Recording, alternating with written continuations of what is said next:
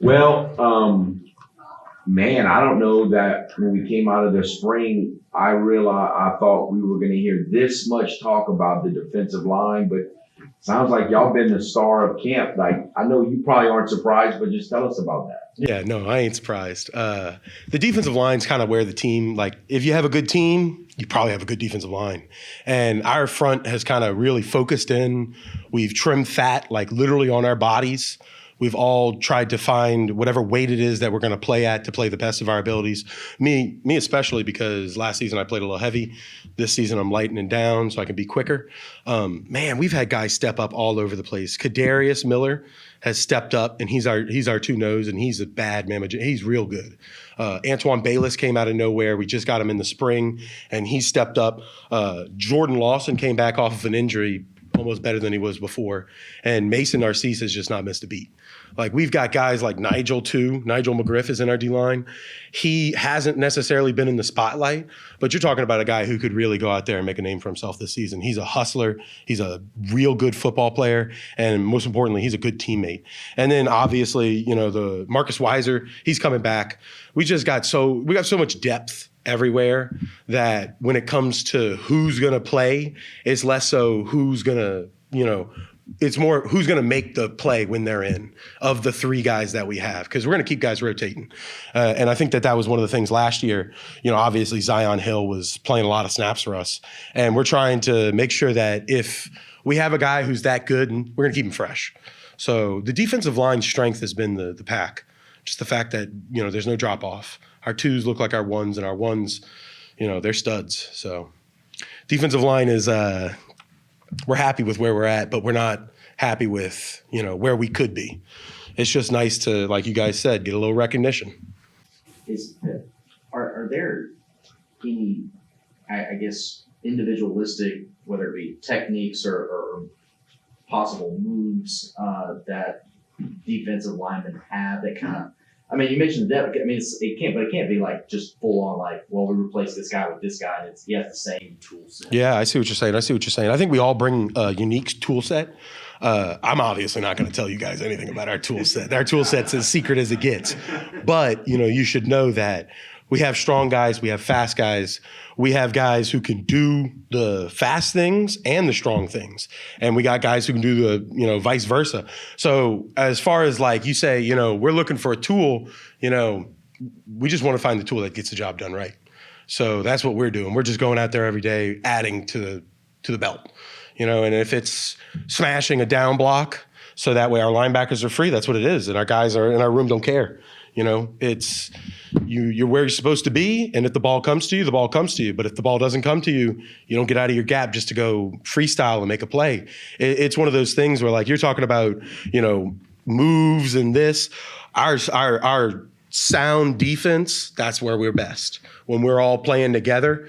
And obviously, we've got guys who can they can make people's heads spin. So we're going to be excited to get after the quarterback this year. So you just talked about that. You just said athleticism and things like that, but the key thing is discipline. Just talk about how disciplined you guys are. Oh, man, that's the number one thing. If we're not disciplined as a unit, the linebackers won't be able to play their job right. And if the linebackers don't play their job right, secondaries, they're going to be screwed. But as far as the athleticism and all that, you can only do your discipline. You can only be in your gap if you're strong enough and if you're tough enough. And I think that's kind of what we have right now. We have a lot of guys who are, they're in their gaps, but it's not just that. They're also tough enough to the point where ain't nobody getting them out of them.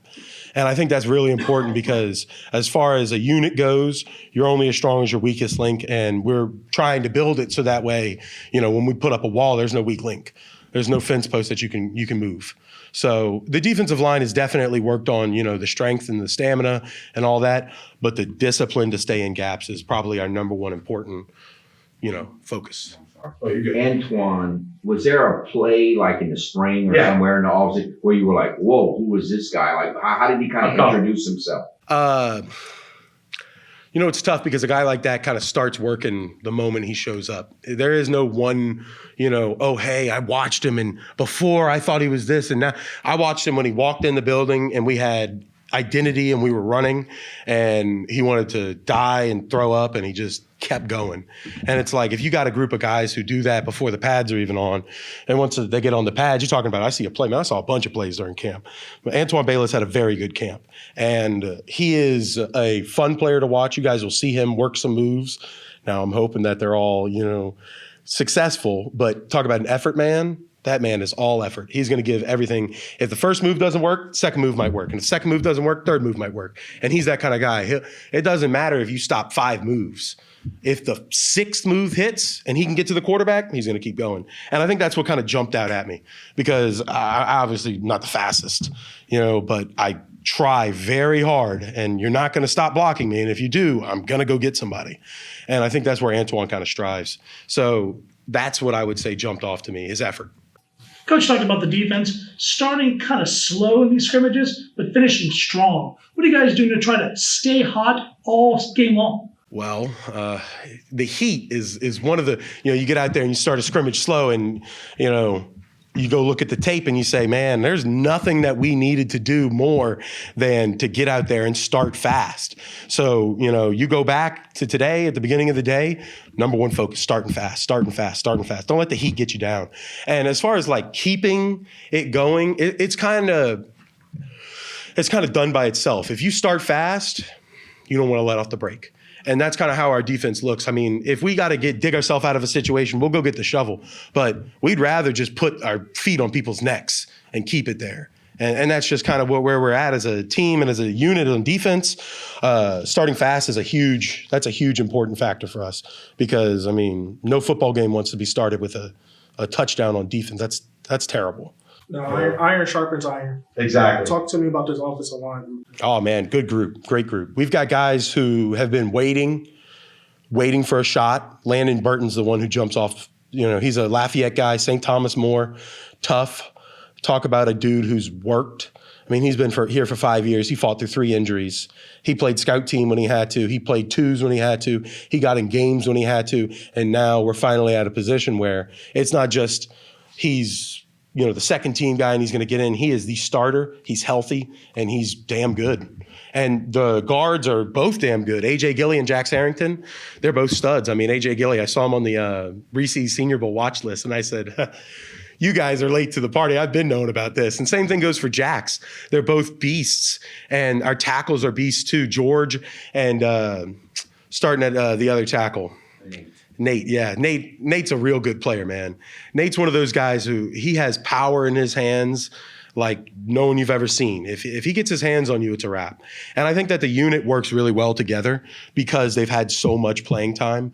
A.J. Gilly and Landon Burton and Jax, they all were twos when I was twos. And we were out there scrapping against each other, just putting it all out. And they play as a unit, especially in the inside. There's no spacing.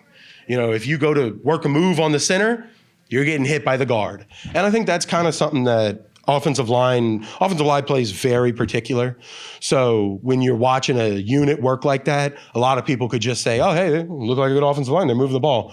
But if you know football and you know how steps are and you know how tight those guys have to be, they're doing it. And that's an exciting thing to see. Obviously, everybody in the team has a lot of work to do. We're not at our peak, and we shouldn't be at our peak. We're going to be hitting our peak in the later half of the season when December rolls around. And I think that's kind of a testament to like the offensive line to be how good they are now. Now, you just talked about your guys, the D lineman group all the time, but I want to know, you have another guys behind you, linebackers and secondary. What's going to make this defense special for you this year? Hustle. I think that you guys might not remember the 72 Dolphins defense, the undefeated Dolphins, the no-name defense. Yeah, we took that to heart because not a lot of us are like, there's no watch list for me. There's no watch list for my guys. We don't care. We just don't care. We care about hitting people and getting back up and running to the football and hitting them again. And I think that, when it comes to defensive play, it's like you could have one flashy guy who's got all the notoriety, and you could have 17 guys behind him who are playing in different various positions who don't care. I'd rather have 22, 11 and 11 on defense that care and hustle to the ball. And that's what we got right now. I don't care that we don't have anybody who's as big of a name. I think KC's probably our biggest name right now because I know his brother's in the NFL and he's a stud. But like I'm not seeing the respect that we're gonna gain at the end of the season. I'm not seeing that before the season. That's fine. We'll go out there and we'll take it. The second year with Coach Coach Morgan Morgan, yeah. on the defense as a defensive coordinator, what do you see in camp that makes you say, well, maybe this is the second year compared to last year? Oh, yeah, there's a ton of improvement. We're not just improving on how the plays are called. We're improving on who's running the plays, what formations we're in, the personnel we have in the formations. Coach Morgan's taken a look at our defense, and I'm obviously not going to say too much, but he's improved us in, I would say, nearly every. I mean, it's hard because you got to break it down one at a time, starting with the nose guards. I believe that the technique we're playing this year is more efficient. It's better. Everything has been streamlined, and they're trying to get us in a position to win. And it goes for the end, it goes for the F, it goes for our jack, and it goes for our backers and our safeties and our DB. It's institutional. The fact that we're trying to get better and the fact that our coaches are putting in the hours while we're not here to get us in good positions. And I think Coach Morgan spearheads that every single day. There's not a guy who wants us to succeed more on this whole staff. Coach Morgan's one of the best coaches I've ever been with. And as far as defensive coordinators go, you said year 1 to year 2. I mean, talk about a year 1. I mean, we were stuffing people. I know that there was a couple games where it got away from us at the end, but as far as the defense goes, we know what we're about. And we know that last year there was things to improve, but we were still in your face and we were still nasty about it. And I think that the attitude and the effort is more important than anything else. So the fact that we're having great coaching coming in and coming down and they're correcting their mistakes. Once you get coaches correcting their mistakes and players correcting their mistakes, it's championship. That's championship formula. Guys who just want to get better just because. I don't care that I'm a 3. Tell me how to get better. And, I've been watching Hard Knocks and I'm looking for Max Mitchell and I've been hearing them use a phrase of competitors. And I love that phrase because we got a bunch of competitors.